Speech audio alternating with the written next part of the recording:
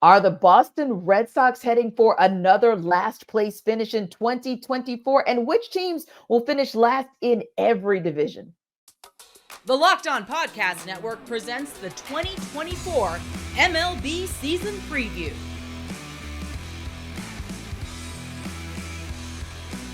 Sponsored by FanDuel. The 2024 MLB season is upon us, and Locked On has the answers to the biggest questions for the season. Over this 5-episode series, you'll hear from every local host we have covering every MLB team in a way only Locked On can provide. I'm your host, Tanitra Batiste, and in this episode, we'll look at the MLB teams that are heading for last place in their division. We start with the NL Central and a division that was lost by the historically strong St. Louis Cardinals. Will they suffer that same fate in 2024? We've talked about the upside, right, of the division. Now we're going to go to the downside with our guys. Ethan Smith, Locked On Pirates, JD Haffron, Locked On Cardinals, Stephen Offenbaker, Locked On Reds, Chuck Freeman, Locked On Brewers, and Sam over Locked On Cubs. So, Chuck, let's start with you. We talked about the top notch. Now we got to talk about who's going to be the cellar dweller for the NL Central Division. Who is going to finish at the bottom this season? Well, it's going to be the Pittsburgh Pirates. And let me say this with a qualifier. I hate when the Brewers play the Pirates because I feel like when the Brewers go to Pittsburgh, strange things always happen. Pittsburgh will come up with a 5-run ninth inning or whatever and beat Milwaukee. So going to Pittsburgh is never a walk in the park. I love Brian Reynolds. I'm saying all these nice things about them. Brian, the Shorts, they got some really nice talent. I don't know why they can never put it together, though, because there's a lot of nice things to like about them. I like the broadcasting team. But I think Pittsburgh is going to finish in last place in this division. Not that the rest of the division is great, but for now, until the Pirates prove it otherwise, I think they're in last place. That means I got to go to Ethan next. Your thoughts, Ethan, on Chuck saying, hey, it's going to be Pittsburgh at the bottom of this division? So this is kind of, I guess, where I can have my shining moment on this because I kind of expect everybody to say this. This team that you currently see constructed by the Pittsburgh Pirates is going to remind you a lot of the 2023 Cincinnati Reds. And yes, Steven, I am saying that this team is going to remind you a lot of that team. You have the Paul Skeens of the world. You have the Jared Joneses of the world. A lot of these top prospects are starting to get a lot closer than we all think, and they might be up here in that June or July window where you see this team in the Pittsburgh Pirates that I think didn't really get a whole lot worse than they were last year when they won 76 games, albeit without their best player in O'Neal Cruz, arguably, and half a pitching staff that's added. Martin Perez and Marco Gonzalez is hoping they get a bounce back from Luis Ortiz, Rowanty Contreras, and Quinn Priester. And I just mentioned that they're getting Jared Jones and Paul Skeens potentially in this rotation at some point this year. Chuck mentioned Brian Reynolds. You have Jack Sawinski, who had a down season and hit 26 home runs last year. You had Edward Olivares, who had an expected home run rate of 17, even though he only hit 12. You have Henry Davis, who's a former 1-1 overall pick. I wouldn't be shocked if the Pirates finish last, but I don't think it's going to be the cookie cutter answer that I expect it to be from my other hosts in the NL Central here. Fair enough. So, JD, let me ask you this question. Of course, the main question, which is which team will finish last. So here's my caveat. If it's the Pirates, definitely let us know. But tell me who might finish second to last. But if it's not the Pirates, let me know that too. Who would it be? It's not the Pirates. It's the Brewers. The Brewers don't want to win this year. They told you that by trading Corbin Burns. I mean, you're going to tell me that Wade Miley is your number two? Like, I know we make fun of the Cardinals for, the senior circuit rotation that they have. I get that, and they deserve that. But Wade Miley is your number two in Milwaukee right now, unless you're going to go with like a DL Hall or something like that. That's not going to get it done, in my opinion. I think the Brewers are okay with losing this year. I feel like that's something they've set themselves up for, where I feel like the other four teams in this division did things to improve their team, where the Brewers tore things away from their roster, and they're going young and they're ready to, start this rebuild for them. And I think that's why they're going to finish in the basement this year, and they're going to be okay with that because they have a plan where they're not expected to be good this year and they're not trying to be all that good this year. I give credit to the Pirates for some of the signings they've done, and I feel like they're going to make that next step. And Milwaukee's going to pull a Cardinals and go from first to last. Book it. So, Steven, we're going to go with JD having a little bit of a hot take about a tank. What are your thoughts? I don't think I could have said that better myself. Chuck and I did a crossover in the offseason where I talked the same things about, I thought the Brewers were going to blow it up. I thought they'll end up, falling near the bottom of the division. I think the Brewers will finish last because I do think they will follow through with a rebuild.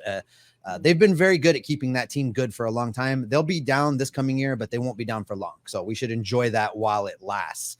The battle for second to last, I think, will be an interesting one because Ethan's right. The Pirates have done a lot to sign some young talent and put together a core that's going to give the Cardinals a run for their money for third place in this division. The Cardinals, I think, again, are a little overrated on the names of the guys they signed versus the talent they're going to be able to bring. So I think those two teams are going to battle for that third and fourth spot in the division. So we could very well see the Pirates rise to as high as third in this division in 2024 with the Cardinals and the Brewers bringing up the rear.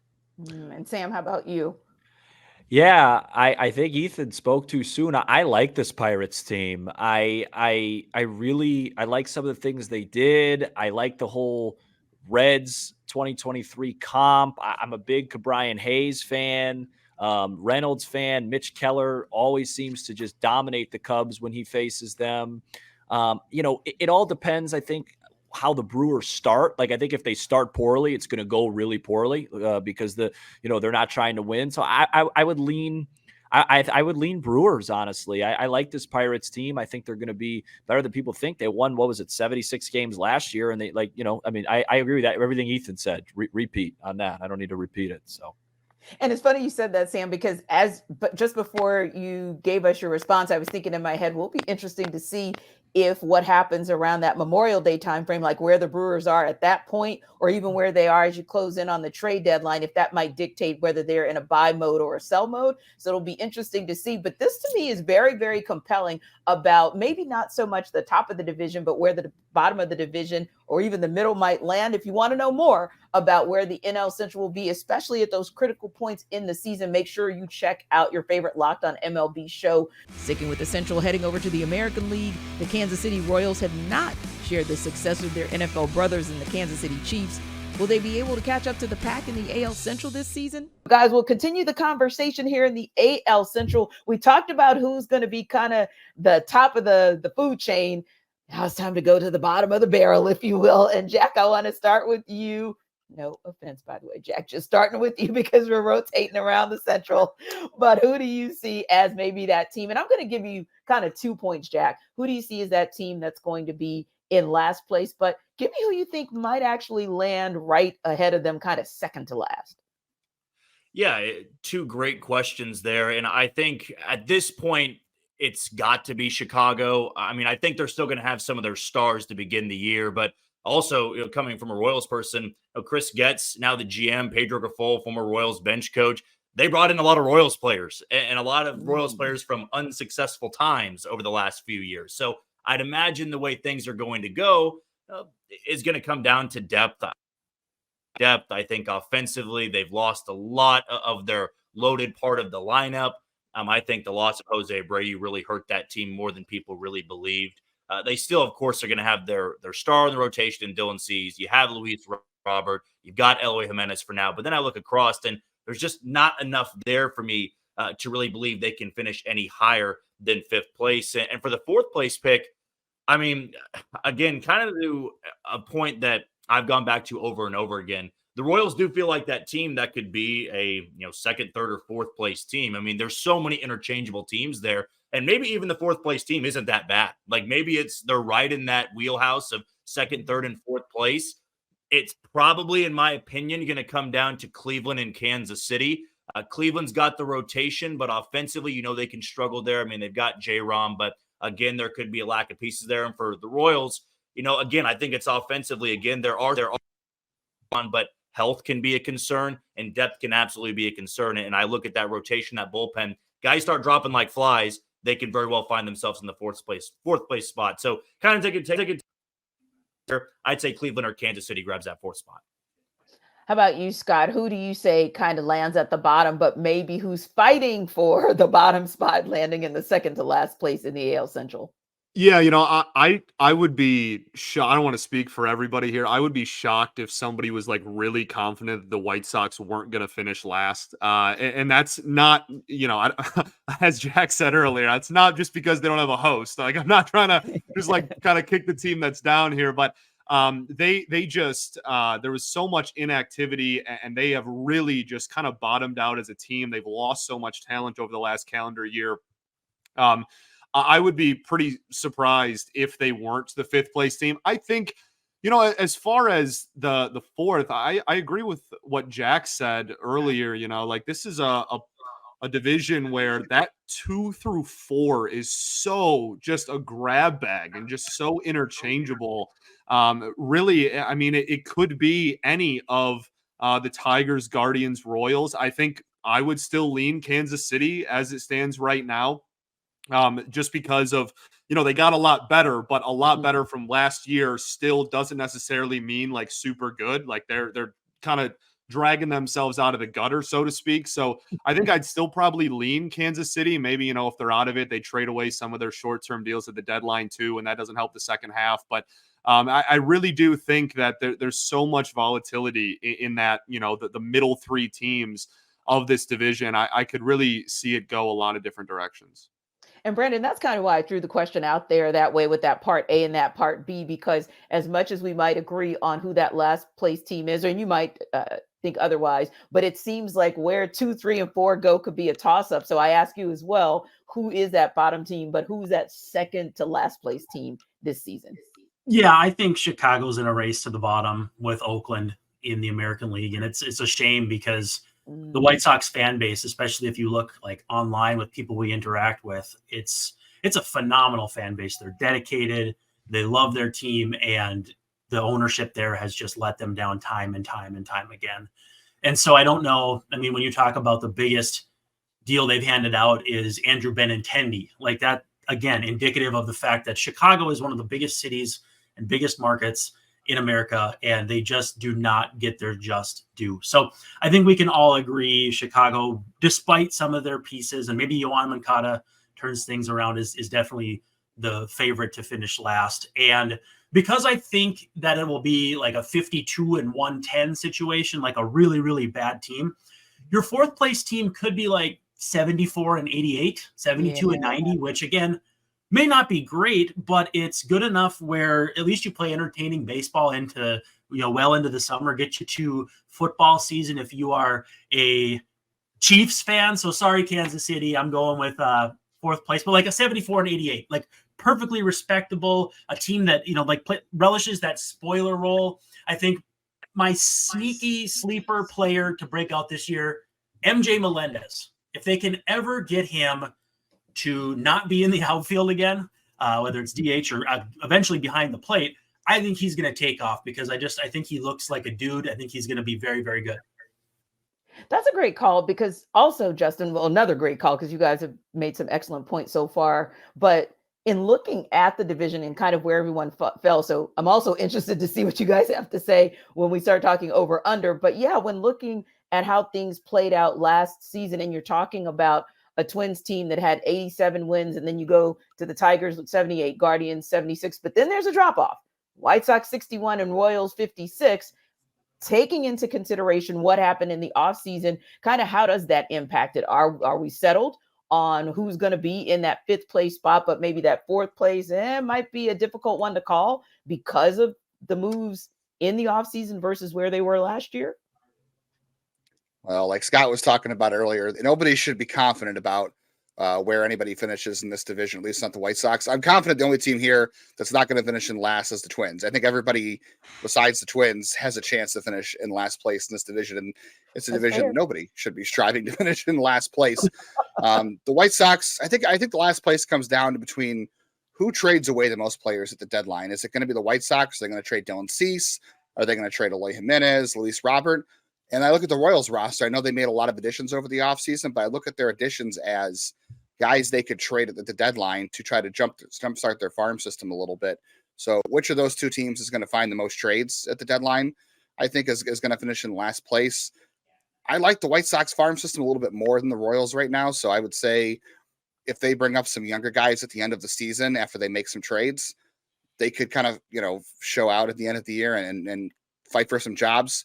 And the Royals system to me is a little bit behind right now. So I'm saying the Royals in last place and the White Sox just a bit ahead because of their farm system.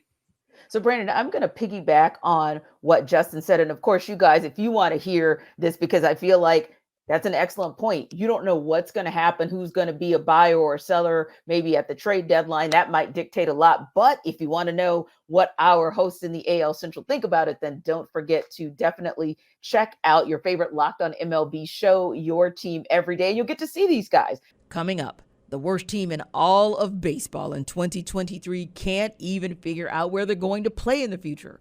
Will any other AL West team compete with the A's for last place? Get ready to say farewell to busted brackets because FanDuel lets you bet on every game of the tournament. Whether you're betting on a big upset or a 1 seed, it's time to go dancing on America's #1 sportsbook. Right now, new customers get $200 in bonus bets if your first $5 bet wins. That's $200 to use on point spreads, money lines. You can even pick who's gonna win it all. And while you're locking in your college hoops picks, check out the MLB odds. It's not a surprise that the Dodgers have the best odds to win it all at plus 320. The Atlanta Braves aren't far behind at plus 450, followed by the Houston Astros at plus 700. Just visit FanDuel.com/lockedon and bet on college hoops until they cut down the nets. The Oakland A's may be soon to be Las Vegas A's can't figure out their future and also haven't proven they can figure out how to play baseball either. Will the rest of the AL West have an easy path to not finishing last this season? So, Eric, let's talk a little bit about the elephant in the room. That team that is not even middling, certainly not at the top of the division, really in the bottom, the cellar dwellers. Let's talk about these A's. So I think that we've already gained consensus, but I'm going to fall back for a second in case we haven't, that they are going to finish at the bottom of the division unless someone thinks someone else is going to finish below the A's. I don't know. I got an opinion on who might Okay, finish below Bryce, the finish A's. with it. I don't know. I don't know about those Astros. I think they're really going to fall off. I mean, the A's they're really come on, scrappy, and I'm sorry, I can't even get through my own spiel. Right. Couldn't even get through your own fake hot take. I mean, right? I'm a top level hater, but that takes some next level hater, and I don't think I'm quite there just yet. Yeah. I don't think any of us can hate that much, right? So I think so. I'm going to then pose this question to you guys. Eric, I'm going to start with you and pose this question. It's kind of a two-parter, but let's go with part one. So I believe that with us considering that the A's are going to be the bottom, and we kind of are saying, it sounds like we're saying that the Astros and Rangers are kind of going to be battling for kind of that 1-2 spot. Where's everybody else fall? So where do we see the Angels, Mariners? Where do we see maybe that second to last or that middling type team?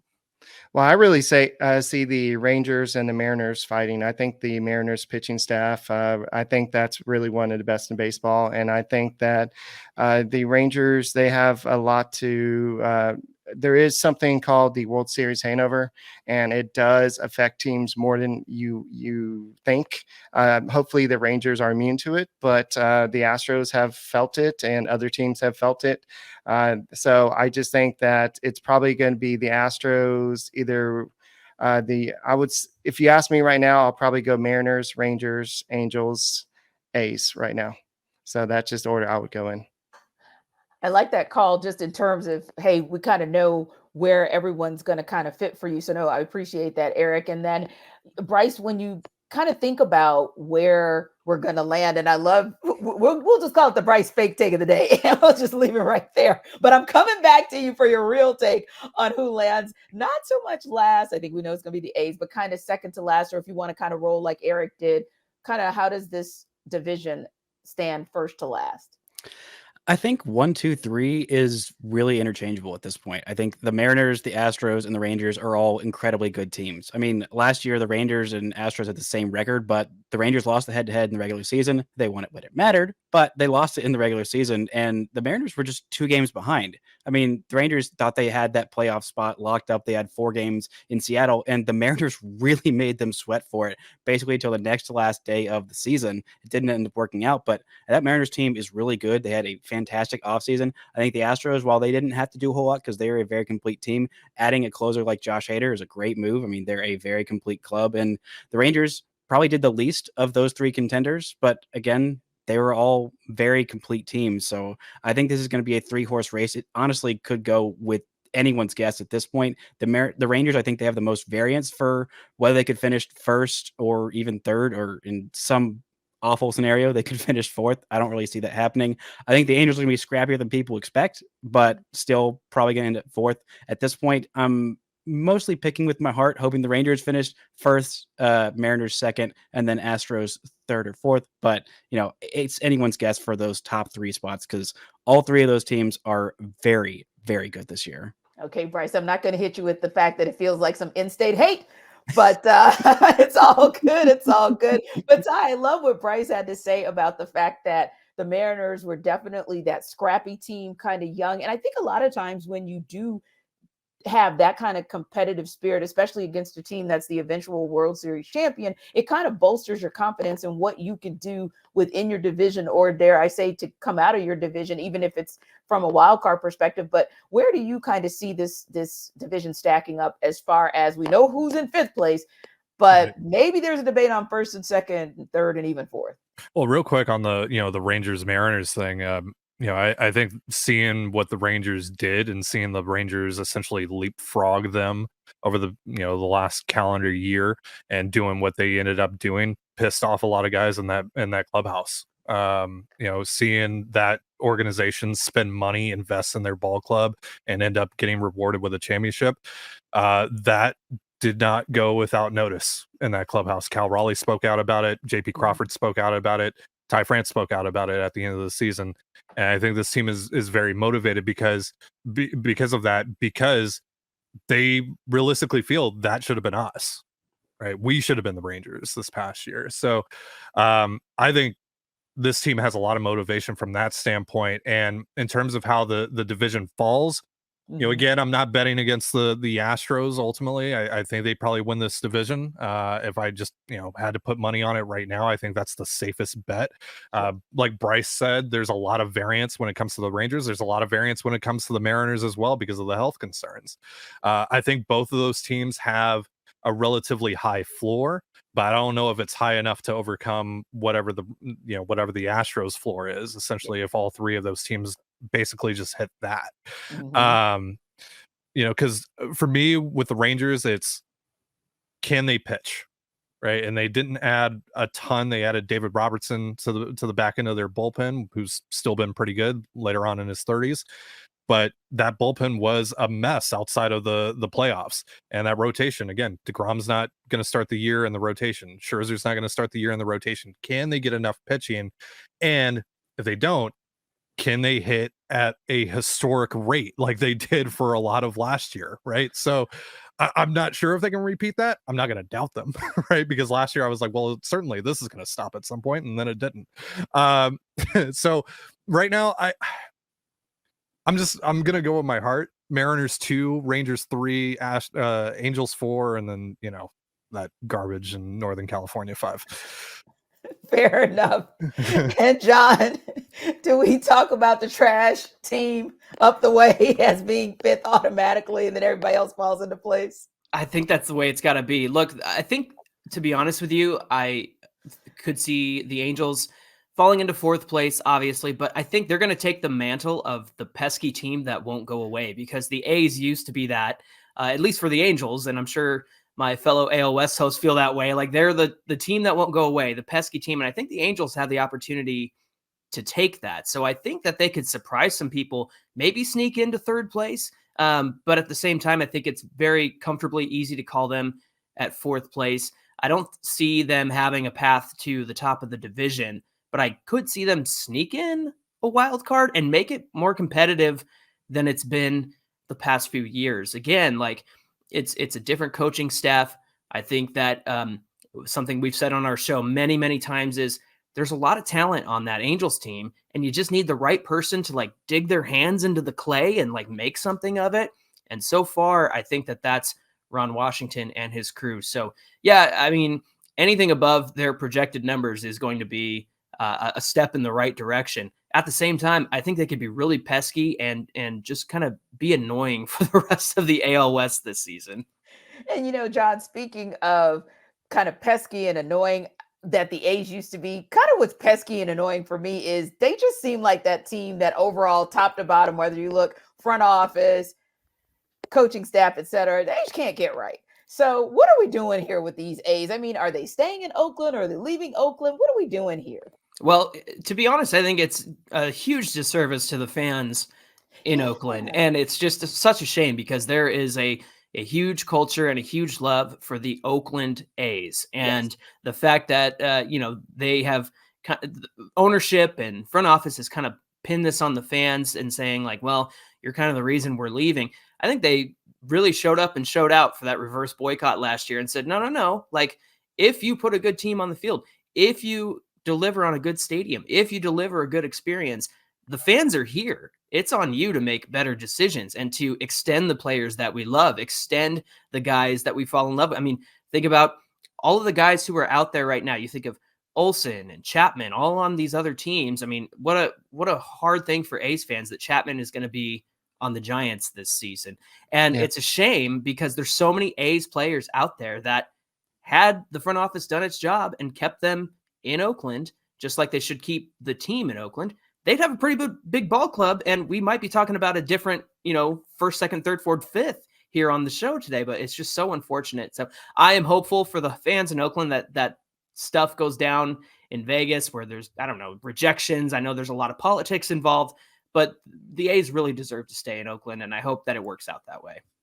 Yeah, I mean, we're talking about guys who the A's let go. I mean, there's so many guys and so many trades that they have just missed out on and guys who they've let go. And the main one that I think of, who's a Bay Area native, a Bay Area lifer, was going to be Marcus Semien. I mean, he's a guy who grew up in the Bay Area, went to Cal, played for the A's for a long time, finished third in MVP voting back in 2019, and they just gave him a terrible offer and basically let him walk. And, they've made so many bad trades along the way. I mean, one of the things that the A's did so well is they always were that scrappy team, to the point where I think all of us here last year on the show, on the preview show, were saying, yeah, the A's are projected to be bottom feeders, just absolutely terrible, but like the A's are never terrible. We hadn't seen them be absolutely like horrendous, drop dead, the worst team we've ever seen. And so I think all of us are thinking, all right, somewhere around like the 70 win range, like they're going to be scrappy, they're going to be annoying. That's what they always do. And their front office got the most out of their talent for years and years and years. But they've lost so many trades of these star players who they trade away and they get almost nothing in return. I mean, you talk about Matt Olson, you talk about Matt Chapman, you talk about Sean Murphy. I mean, heck, they traded Jonah Heim, who was the all-star starting catcher last year, away with Chris Davis for Elvis Andrus, and just to alleviate some money. And Jonah Heim ends up being an all-star, 2 years after they traded him away? This was just such a smart, well-run team, and just every single bit of resources, every single bit of, whatever they want to pour into this team has been taken out piece by piece by piece by piece until how can you blame the fans for not wanting to show up for an overpriced product that is objectively terrible and continues to be made even more objectively terrible on purpose for years and years and years with a disingenuous owner who just is not trustworthy at all at this point. And we appreciate that. Thanks for Matt Olson and eventually Sean Murphy. It's kind of like that movie Major League when the owner was trying to make them lose so they can she can sell the team or make them move or something. It's kind of like the situation, right, Ty? Yeah, the way that John Fisher has operated this ball club is disgusting. And I mean, look at the hat that I'm wearing. I have a lot of sympathy for a city and a fan base that could lose its franchise and has ultimately been gaslit by the owner of the team. That it's your fault, right? You didn't show up to the ballpark, so we're moving the team because you forced us to do so. No. We have almost romanticized the way that the A's have operated, with a movie like Moneyball, and that's because Billy Beane and company, they've been really good at maximizing their talent, and but now that hasn't really worked out, and again, like Bryce said, when you are forced to make the moves that they've been forced to make because they're not given any sort of money to work with, it's absolutely pathetic. You're going to put out a pretty terrible ball club, and no one's going to want to come to the ballpark to watch that. So, I mean, 2 and 2 equals 4 here, folks. And I hate what's going on here with Fisher and company, and I hate this situation for the fan base and for that city of Oakland. I hope that they're able to keep their team.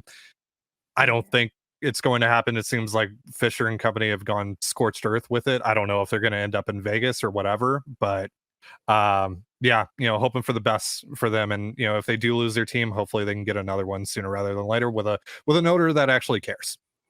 And Ty makes a great point in that there's a history of this. This is a repeated pattern. So my big question here is, what changes when you go to Vegas? Do you suddenly decide to spend money? Do you suddenly decide to extend your players? Do you suddenly decide to change the way you've been operating the last 20 some odd years? I mean, I just don't think that Vegas is the solution. And it, like I said, taking it away from the fans is such a shame. And I don't understand the logic that, once we get to Vegas, everything is going to be so much better for the A's. I don't buy that. Well, for me, I think it's a new fan base that hasn't really seen all of what's happened, and so they can gaslight them more effectively into thinking, no, this time I'm a new guy, completely changed. Everything will be different for you because you're so special, Las Vegas. No, it's already a mess. Like, it is already a mess there, and they haven't even moved there. They don't know where they're going to play next year. Like, there's no way this gets fixed, and I think they end up staying in Oakland mainly because of John Fisher's own incompetence, rather than just because Las Vegas doesn't want to welcome them. And I think hopefully he can be removed, because if I'm one of the owners who's actually trying and spending money on my team, I am absolutely horrified and embarrassed that this guy gets the same percentage of revenue sharing check that I do just to go spend it on not his baseball team. Yeah, that it's a collective clusterfuffle there. And I joke, of course, and say here in Atlanta, we've actually benefited from it. But I agree with you guys. I think that on a serious note, there's always a fan base that doesn't benefit from that, because they deserve to see competitive winning baseball, or at least the effort put forth for competitive winning baseball. I mean, they just deserve better, because like you said, when I think Oakland, that's the first thing I think of is A's. That's who they are. That's what they will be. And for more around the AL West and kind of to know where these A's land in the pantheon of what's going on in the AL West, be sure to check out your favorite Locked On MLB shows, because they're talking all things AL West every single day. Sticking in the West and changing our focus to a division where we saw the World Series representative for the National League in the Arizona Diamondbacks and 100-win Los Angeles Dodgers, but we also saw a Colorado Rockies team unable to get 60 wins. Will the Rockies have any company at the bottom of the NL West this season? And as we continue our conversation here on the NL West, of course, we are joined by Locked On Dodgers host Jeff Snyder, Locked On Padres Javier Reyes, Locked On Giants Ben Kaspick, Locked On Rockies host Paul Holden, and Locked On Diamondbacks host Miller Thomas. Now, Javier, we already had our conversation, and it was a robust discussion, but nonetheless, I think we all kind of agreed that it would be the LA Dodgers who indeed would land at the top of the division. But somebody has to land in last place. So for the 2024 season for the NL West, who's it going to be? It's kind of hilarious that this is a division where we have a clear front runner and then a clear whatever the antonym of that is, right? And that is the Colorado Rockies, unfortunately. Part of me wants to be the super cynic because, folks, last year was tough, man. Last year was tough for me. But I just think that the Rockies, even if everything went their way, you get a Chris Bryant bounce back. Ezekiel Tovar molded into more of a two-way player. You get, I don't know, for a second I thought they were going to sign Cody Bellinger, honestly, because that'd be a Rockies move. But even if all of that goes well, this is still like a low 70s at best, maybe team. I mean, it's just where they've been for a while now, and they've been making a lot of poor moves. I think that they're doing an admirable job getting out of the Bridrich sort of situation that they were in before. Previous GM, they don't have the best ecosystem over there. I think they've done a decent job at least starting in the right direction? Maybe, I think. But so many things would have to go wrong for the Dodgers. You would need like earthwide like calamity in order for them to finish last. The players would have to all reside in some scandal. I don't know. And then the Diamondbacks, Giants, Padres. I think Giants and Padres are the only two that people are probably projecting to be at the lowest, I think, among most believers, because, you know, Diamondbacks coming off the NLCS victory and such. But yeah, it's the Rockies, unfortunately, even with all my cynicism about life sometimes, but with sports and with the Padres, I just don't think that's much of a contest. All these teams, except for the Rockies, have established players, farm systems that are more exciting, and pitching, something that the Rockies basically have none of. So, Paul, would you agree? I just got to defend my team here a little Do bit. it. Listen, Do it. Please do. Listen, here's the deal. The Rockies will finish last in the division, but if you have followed any sort of early projections, they're saying the Rockies are going to be the worst team in baseball. Flat out, I think that that's honestly kind of crazy. There are teams that I think that are in worse situations than the Rockies, and the Rockies have, while they have not done a lot of moves, have flown under the radar enough and actually acted somewhat like a rebuilding team over the past few years, at least last season and into this season. Yes, they are still far behind everybody, but the Rockies have potentially 5 Gold Glovers on their defense this year. They have also 3 players that could be 3 of the most exciting young players in all of baseball. You have already heard about Nolan Jones. You're going to continue to hear about Nolan Jones. And he is someone that has already made his way on the MLB social media graphics. Like, he is already becoming a face of the franchise type player, mixed in with the fact that this team was incredibly not healthy last year. Not a single member of the starting rotation finished the season, and Chris Bryant still haven't gotten more than 100. You know, that we're still waiting for a full season of him, and we were poised for a Brendan Rodgers breakout season last year, if you ask me, and he goes down with a big shoulder injury, but is able to have a pretty successful back end of the season. The story with the Rockies starts at the trade deadline last year. The Rockies had a team that included Mike Moustakas, CJ Cron, Randall Grichuk, Pierce Johnson, Brad Hand. All of these names traded at the deadline, something the Rockies never do. The Rockies sold at the deadline and sold a lot at the deadline and allowed their young players to come in and play. And I really do believe in some of these young guys. The Rockies potentially, here's a big crazy hot take, the Rockies potentially have their greatest defensive center fielder of all time on their roster right now. Brenton Doyle is one of the best defensive players in all of baseball. He will change games, especially at Coors Field. So there are young guys that are exciting, but as mentioned, the pitching will be the downfall of this team. There's not a single member of this rotation that would probably be even higher than a 3 or a 4 on any team here in the NL West, and probably on any rotation in all of baseball. But I think that there's enough for this team to not be the worst team in baseball, but the ceiling is still at about 70 wins. I kind of have a little bit of a spicy take here. I kind of want to throw, I kind of want to throw out a bone to Rockies Nation. I still think it's like 80-85% chance the Rockies finish in last place, but I do think there's a world where maybe the San Francisco Giants potentially finish last in the NL. Every year with you. I'm sorry, Ben. I'm sorry. But the reason is, are you kidding me? I apologize. Miller just wants me to like him. They lost 20 more games than the Giants last year, and the Giants had a bad year. And listen, I know you could tell 20. me any stats from last year, but I'm talking about 2024, Ben. And going into next year, they're a Logan Webb injury away from maybe being worse than the Rockies, because you look at the two teams down on paper. I look at the lineups.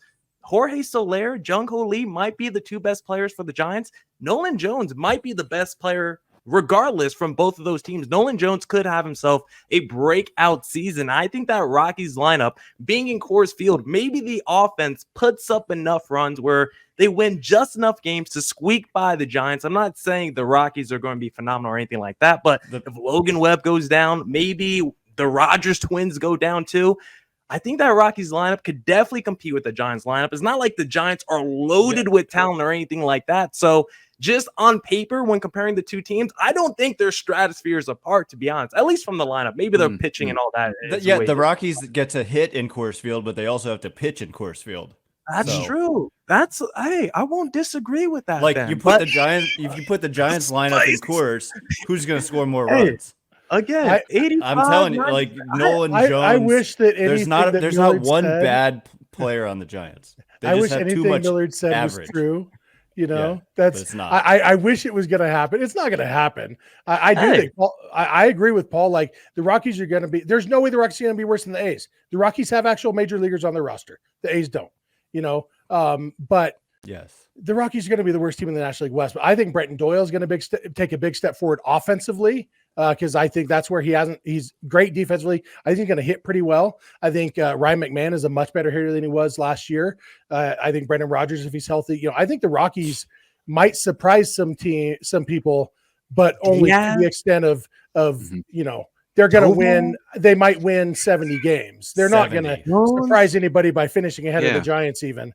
I think this would have been – I think for most divisions, who's finishing first and who's finishing last is the question. For this division, it's really what order 2, 3, 4 are going to go. Yeah, and that's the thing I was thinking as well. Like it sounds like we were all consistent with the Dodgers being at the top of the NL West when it's all said and done in the regular season. But the question kind of becomes, where does everyone else kind of fall in? It doesn't seem like this is one of those worst to first situations, but I'm intrigued. I think you guys had some interesting hot takes, and I cannot wait to see what we see as this 2024 season plays out in terms of who kind of falls in line behind the LA Dodgers. For more, of course, around the NL West, check out your favorite Locked On MLB show, your team every day. Coming up, what happened to the AL East last season, and will the Boston Red Sox finish last again?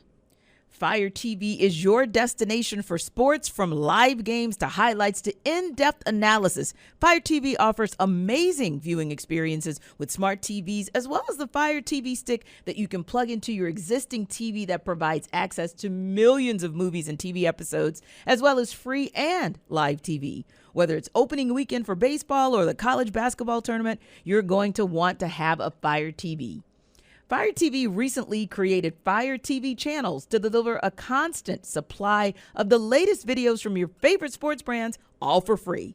This includes all of us at Locked On and most of the big pro leagues and college conferences as well. Fire TV channel lets you dive into all of the game analysis, highlights, and more to keep up to date on all the latest in the world of sports. March Madness, NBA, MLB, and lots more. Not to mention great news, entertainment, gaming, traveling, cooking videos as well. Check out Fire TV channels on Fire TV and Alexa devices. And if you haven't checked out Fire TV channels, you should. Trust me on this. To learn more, visit www.amazon.com/LockedOnFireTV.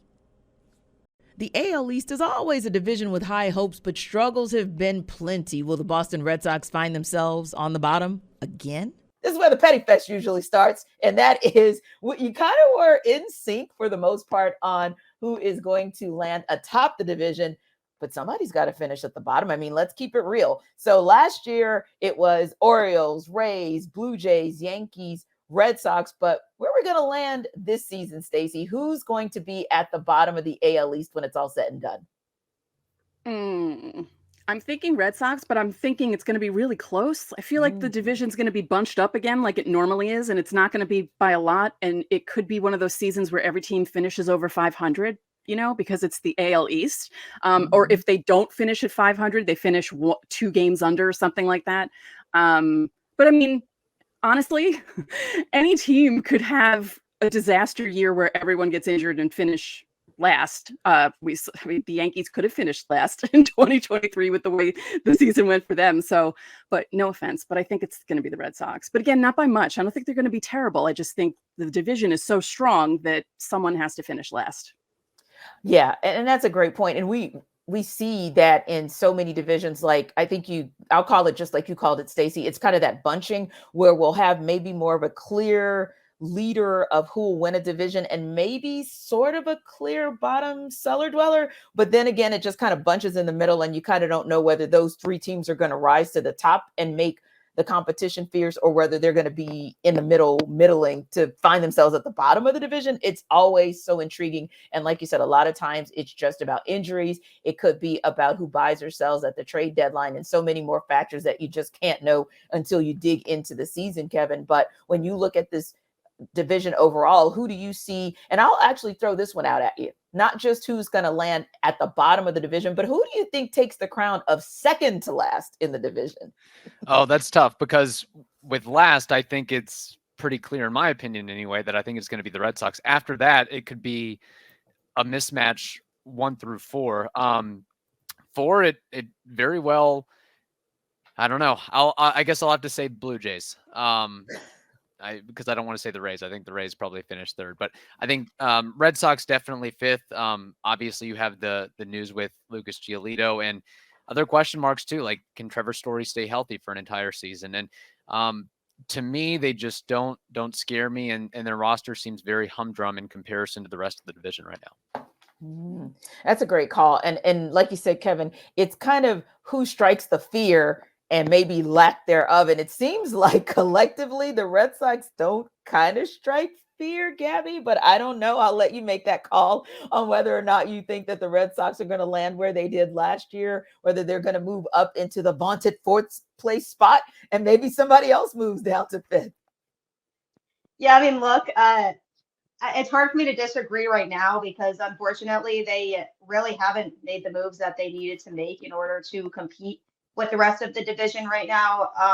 Kevin actually brought up a name that I've talked about a lot on my show, and Trevor Story, is can he actually stay healthy for the whole season and can he produce offensively, because his numbers at the plate were very concerning last year when he did come back post injury.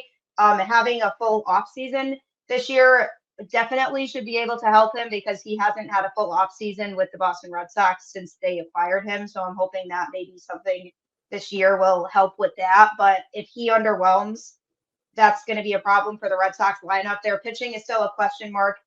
Lucas Giolito possibly missing the season altogether. They don't even know who their 5th starting pitcher is going to be right now. So I do also, unfortunately, have them finishing in last again. But, you know, who knows? Crazier things have happened. Maybe they will surprise us all. But I definitely don't really see a way that they finish ahead of anybody else because there still are holes in the roster to me right now. Yeah. And again, I'm just going to echo what Gabby said. Crazier things have happened. It's called the 2023 MLB postseason. And I don't think any of us will legit say, oh yeah, we thought that postseason was going to go like that. Overall, not just in the American League, but the National League as well. So you're absolutely right. We can have this conversation as a season preview, and then things will just go as crazy as they did last year. But like we said, too, that's what kind of makes it interesting. So Braden, I throw it to you in terms of not just the Blue Jays and kind of the fact that they were in the middle, so they could go up or they could go down from where they were last year, but also kind of where do you see the team that lands at the bottom and kind of how they get there? Yeah, so we've had me and Carter, my co-host Carter first, we've had a conversation about where everybody's going to sort of fit in. And the Blue Jays were in 3rd in this division last year, not looking our best. I think we know that we have tons of room to grow with the comeback season from hopefully Vlad. Should help us out if we can get some hot bats. It's going to help us out a ton. I know Kevin put us at 2nd to last, which hurts me deeply. But the Red Sox will be, I think, at the bottom. That's where we came. But we also decided to put the Rays in that 4 hole just because, like everybody has said on here so far, is that it's those impact players. And the Orioles have those impact players. The Yankees have those impact players. And the Blue Jays with Bo Bichette, Vlad Guerrero, George Spring, you can go up and down this lineup. They also have those guys that are really could hit, punch you in the gut. Whereas the Rays are built around their team. It's sort of a collective like we've talked about. So it's going to be interesting to see how it falls. Indeed. And for more on what I think is going to end up being a most intriguing race in the AL East to see who lands at the top, who kind of is in the middle fighting to get to the top, and unfortunately, who lands at the bottom. Be sure to check out your favorite Locked On MLB show, Your Team Every Day, because you can hear from these guys and some of our co-hosts for our AL East podcast as well. And that goes with Locked On Yankees, Stacey Gotsulias, Locked On Red Sox, Gabby Hurlbut, Locked On Rays, Kevin Weiss, Locked On Orioles, Connor Newcomb, and Locked On Blue Jays, Braden Owasco. That leaves the NL East, a division that's been dominated by the Atlanta Braves. As for everyone else, they've seen mixed results over the past couple seasons, so who's headed for last in 2024? 2024 season preview for Major League Baseball, particularly the NL East. I've got my guy with Locked On Phillies, Connor Thomas, host of Locked On Mets, Ryan Finkelstein, filling in for Jake Mastroianni. For Locked On Braves is Lindsey Crosby, host for Locked On Marlins, Peter Pratt, and host of Locked On Nationals, Ryan Clary. And guys, when I listen to you guys talk so passionately about your teams, even when we're talking about the bottom of the NL East, there's still so much competition to speak of in this division. So when I look at this division, Connor, I kind of feel like you could make the argument that it is indeed the best division, most competitive division in baseball. You definitely could. And what that's going to depend on is the folks in the middle. With all due respect to Mr. Clary, we know what the Nationals are. And maybe one of these years in the future, they'll get to that point of the rebuild. But the Mets could be a good baseball team, or they could play sub 500 baseball and not really factor in. The same could be said for the Marlins. And it's not a lack of respect for that team. It's just those guys could go either way. And if the Mets and Marlins outplay their expectations, this division could get tricky fast. And we know that at the top, Atlanta's one of the best teams in baseball. We know the Phillies can hold their own, maybe not to Atlanta's level. But so, yeah, there's a case to be made that if things break the right way for the middle of the pack, this division is going to look unbelievable. Finkelstein, would you agree? Yeah, I think that if you're looking at Major League Baseball right now, there's some kind of coast bias. Like if you look in the centrals of both leagues, not the best divisions. You look out west, you look out east, you see some really good divisions. I'd probably argue that the AL East and the AL West are maybe the best two divisions of baseball just because the depth of playoff teams where you could see 3-4 potential playoff teams in each of those divisions. The NL East is, like Connor said, if the Mets and the Marlins are above 500 this year, yeah, it's a great division. I would say like the top two in this division rivals the top two in any division in baseball. The Phillies and the Braves are awesome. But there's, I think, probably a better chance that one of the Mets and the Marlins is not great this year. And then it's a little more of a top-heavy division. That's fair as well. Now, Clary, we're speaking about it being top-heavy and sort of kind of there at the bottom.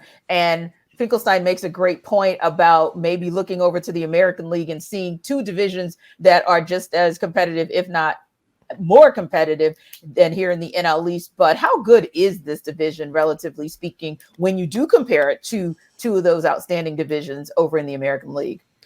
Well, the National League East is always going to be a pretty competitive division, in my opinion, when you have some pretty big markets like New York, Philly, Atlanta, Washington, D.C., Miami's in there as well. These are teams, or a lot of these teams, will be spending a lot of money in free agency. A lot of these teams as well have a pretty deep track record of producing some really high caliber prospects who have been some very good stars up in Major League Baseball. But comparing it to the American League East, in my opinion, that's where I kind of look at it and say, that's the best league in baseball. That's the best conference or division, rather, in all of baseball at this point in time. I just look at them. They're going to have 4 teams with winning records this year, in my opinion, with the possibility of having all 5 teams, in my opinion, who could kind of take off this season. Obviously, not all of them will make the postseason this year, but they're going to be a really competitive division. And I will say, with the Nationals kind of anchoring the NL East, I think we're going to hold them back just a little bit. Maybe the Mets could be in that conversation as well, and maybe the Marlins as well. But I do look at the Phillies and the Braves as World Series contenders this year, so that's going to be an interesting race to watch.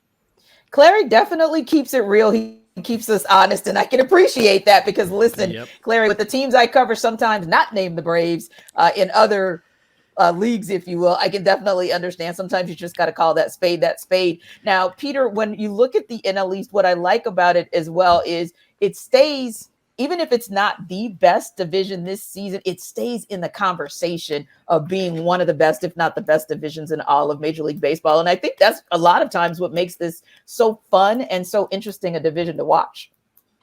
Yeah, for sure. It's got the history, right? I must say, this offseason, the NL East has been quiet, to be honest with you. The action has been outside of this division, which is why I think we're having this conversation where it's like, are there other better divisions at this point? You know, the Braves have effectively just been manipulating money, it seems, this offseason. The Phillies have done relatively not too much. The Marlins have stood pat as well. The Mets aren't going all in right now either. So it's actually been, for this division, pretty quiet. And I think that's the recency bias that's kicking in here for us, where we're like, oh, maybe the AL East. This division, let's get it right. The Braves, even considering what the Dodgers have done, the Braves are still the favorites for the NL. That shows how strong the Bravos are. The Phillies are right there. The Marlins can absolutely perform as well. So can the Mets. This division is as strong as any. That's my perspective anyway. And Connor, I always say, not only is it as strong as any, but it's as petty as they come. And I'm here for all of it. Because come on, the NL East. We're up here in the Northeast, most of us, and Miami's no different. We're going to talk our trash, and Philly's no stranger to that. So I love this division. If we're getting petty real quick. Yeah, Lindsay. I do want to ask, the concern that I have about the NL East this year is you see what the Mets did going into last season. They spent a lot of money, but a lot of it was just to bring back the same guys. And you look at Philly. Philly's got the second largest free agent expenditure, and it was really just to bring back their own guys. And so, no, you didn't get significantly better on paper, but at the same time, it feels like we talked about the Braves and their depth. I feel like Philly's in a similar situation of their depth is a question after your studs at the very top. And the Mets are in a situation where you've already potentially lost Kodai Senga for who knows how long. And so it's really easy to see how things could go completely wrong for this division if you have a bad stretch of injuries. Everything's great on paper now, but I think this division compared to the AL East is a lot less deep as far as the bottom of the rosters and the farm systems. And so that gives me a little bit of pause about saying, yes, we're better than the AL East. Is the AL East has a lot of depth in their farm systems, except for the Red Sox. The Red Sox are terrible in every respect. But outside of that, they have the depth to replace guys if something happens. And the NL East doesn't really have a lot of that. I mean, I'll just say, though, the NL East has had a team in the World Series 2 years ago and a league championship series this past year. Hey, out of curiosity, 3 years ago, though, the right. NL East also had a team in the World Series, right? Yeah, and which one of these 3 years was the year that a team actually won it out of the NL East? Just out of curiosity. I only remember the Nationals title. Oh, there okay. you go. Yeah. All right, just checking. It was 2021, and the Braves won that one. Just want to throw that out there. Your 2-year timing was odd. And the shots fired, I absolutely love it. For more around the NL East, including all the shots fired and all the pettiness, you make sure you check out your favorite Locked On MLB show, your team every single day. Check out the rest of Locked On's MLB season previews, including over-under win totals for every team, the division winners, and what were the biggest off-season storylines you may have missed. Don't miss an episode by subscribing to Locked On MLB, part of the Locked On Podcast Network, your team every day.